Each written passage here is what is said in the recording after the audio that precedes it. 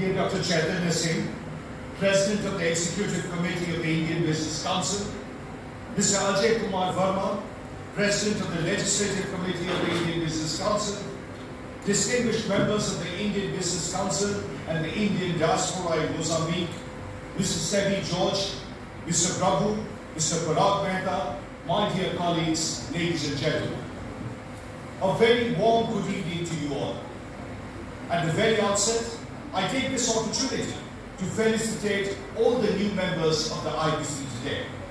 I feel extremely privileged and honored to be invited to this August gathering on the occasion of the annual General Body meeting of the Indian Business Council today.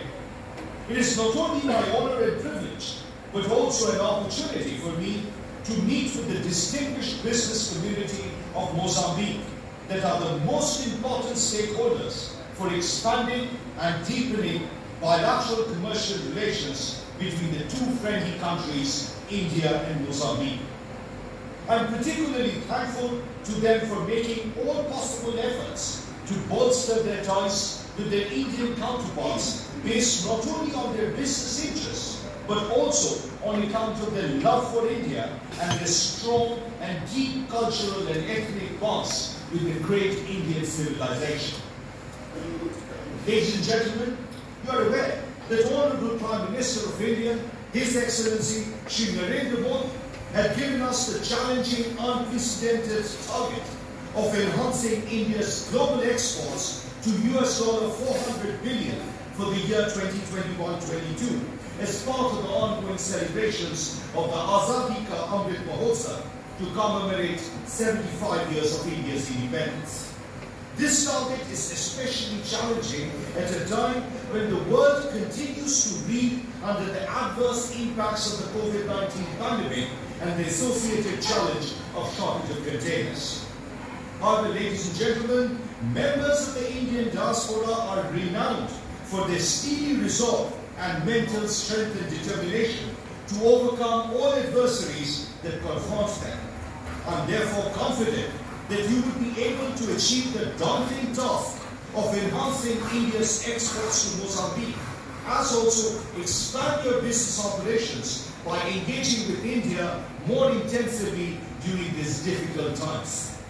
Global business activity is expected to ebb further with the ongoing political and military crisis in Ukraine and the tensions and confrontations between Russia and the NATO alliance. This would possibly further provide India an opportunity to enhance its contributions towards global trade and commerce, to fulfill the increasing demands for goods and services not only from Mozambique but also from all across the world.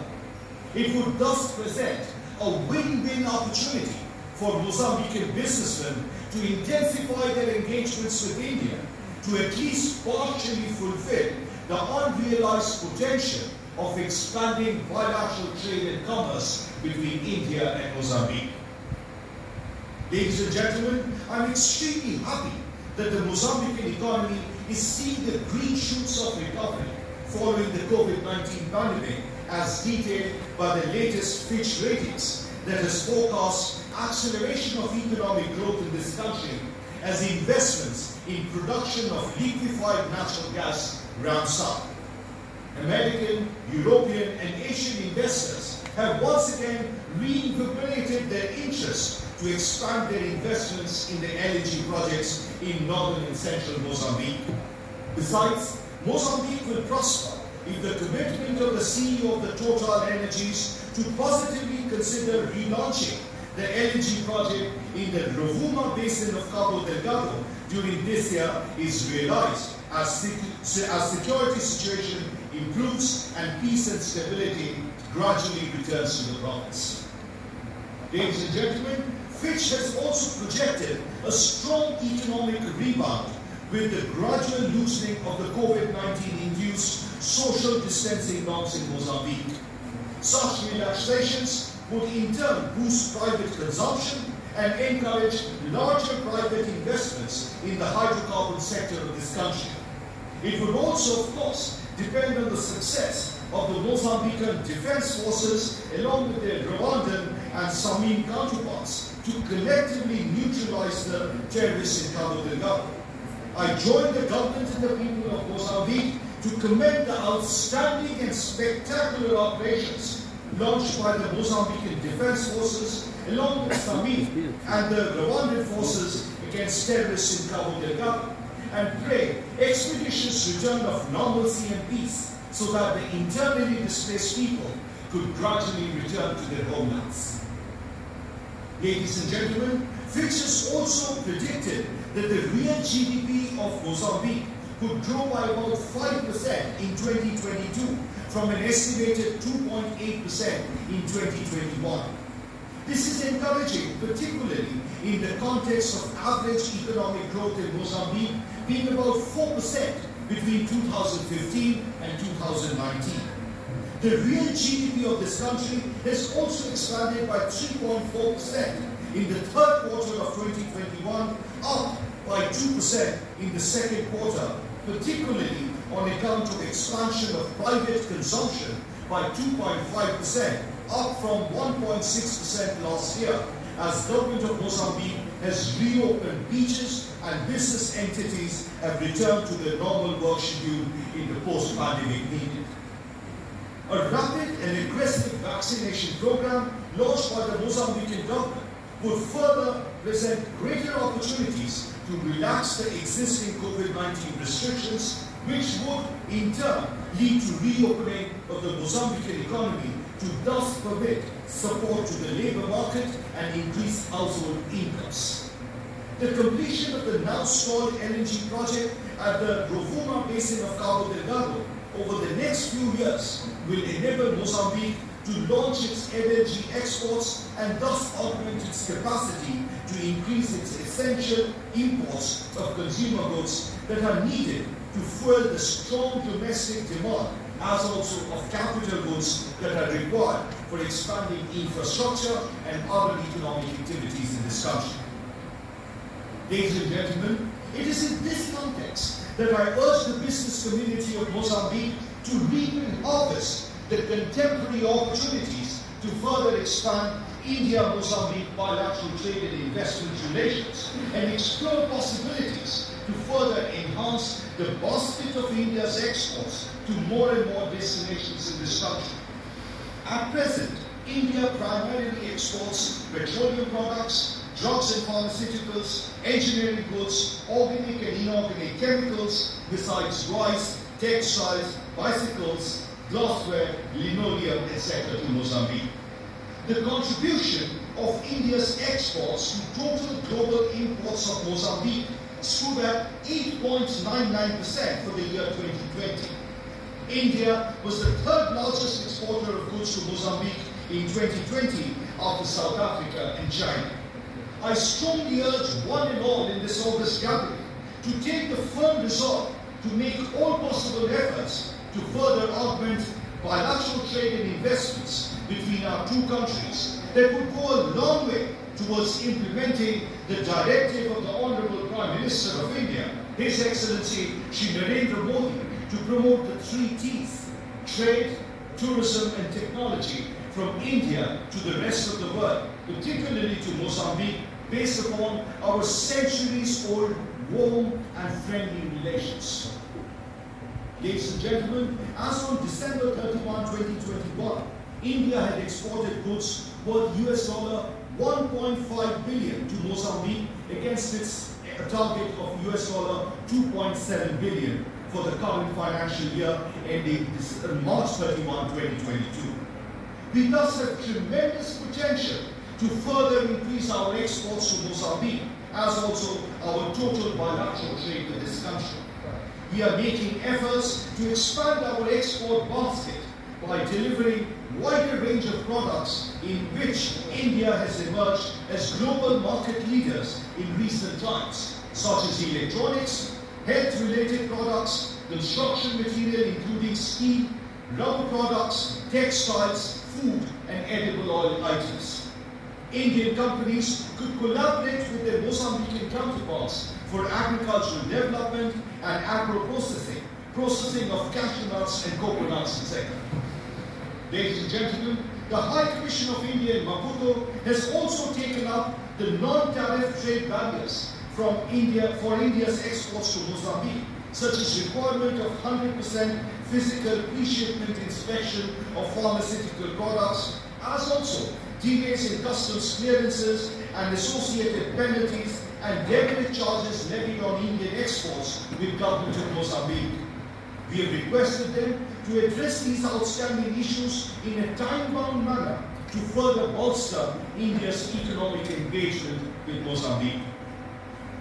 Ladies and gentlemen, I thank the Indian Business Council in Mozambique, as also the Confederation of Economic Associations, CTA of Mozambique, for closely collaborating with the High Commission of India in Maputo for not only resolving trade disputes between bilateral business partners of our two countries, but also for encouraging Mozambican business to increasingly evoke their interest towards the Indian market, besides forging long-standing business partnerships with their Indian counterparts.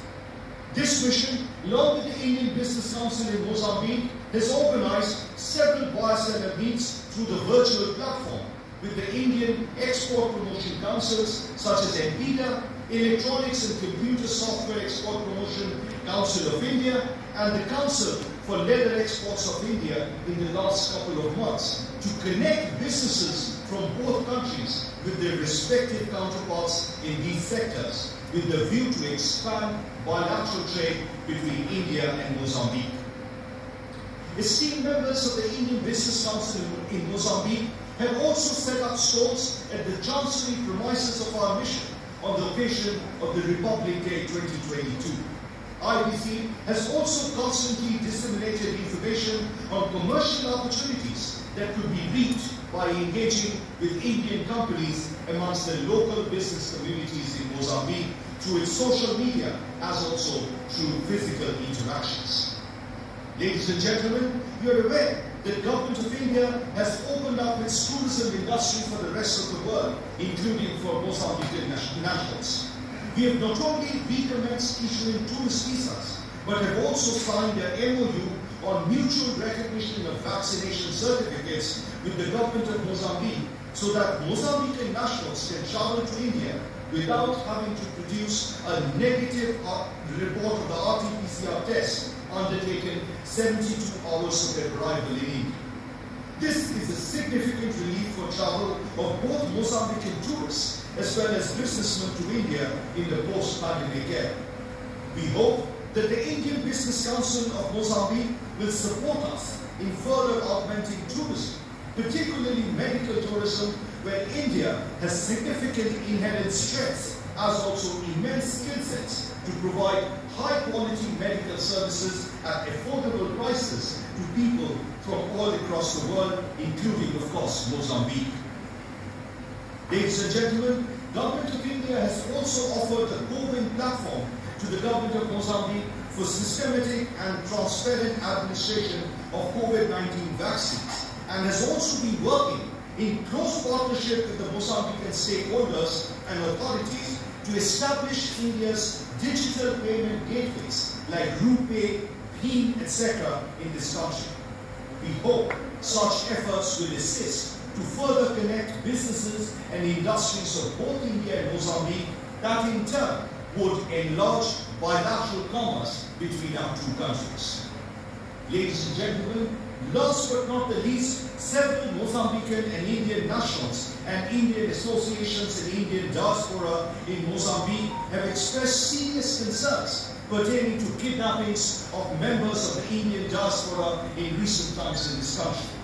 I share your grave concerns and am myself extremely depressed and sad to witness the fear and anguish of fellow members of the Indian diaspora in this country, particularly since they have contributed significantly towards the growth and development of the Mozambican economy and society. I express my deep concern at such unfortunate incidents of kidnapping of members of the Indian diaspora in Mozambique, when I had taken up personally with the Honorable Minister of Interior during my recent interactions. I strongly pleaded with her to augment security, particularly to prevent kidnappings of people of Indian origin and those from India by rogue elements in Mozambique. The Honourable Minister of Interior had also shared my concerns and agony and had promised the government of Mozambique itself is completely seized of this enormous problem of kidnappings of people of Asian origin and is taking strong steps to not only prevent it but also to rescue the victims from the clutches of the kidnappers. You're all aware, ladies and gentlemen, that the Honourable President of Mozambique, His Excellency Mr. Filipe Jacinto Nyusi, had also expressed deep concerns and had urged the police force of this country to strongly deal with such miscreants to create future deterrents. I'm also keenly observing the significant steps being taken by the government of Mozambique to fulfill its commitment in this context. The Indian business community contributes enormously to augment and expand economic activity in this country, and we strongly urge and plead with the government of Mozambique to take all possible steps to protect them from all their adversaries in this country and to provide them the safety and security that they rightfully deserve and demand. Ladies and gentlemen, I conclude by once again felicitating the Indian Business Council of Mozambique for its exceptional and extraordinary contributions towards bolstering the strong and rapidly growing bilateral trade and investment relations between India and Mozambique, and for acting as a bridge between the business communities of our two countries. We look forward to lending mutual support to each other for further expanding business and investments between India and Mozambique. Thank you very much, and Jai Hind.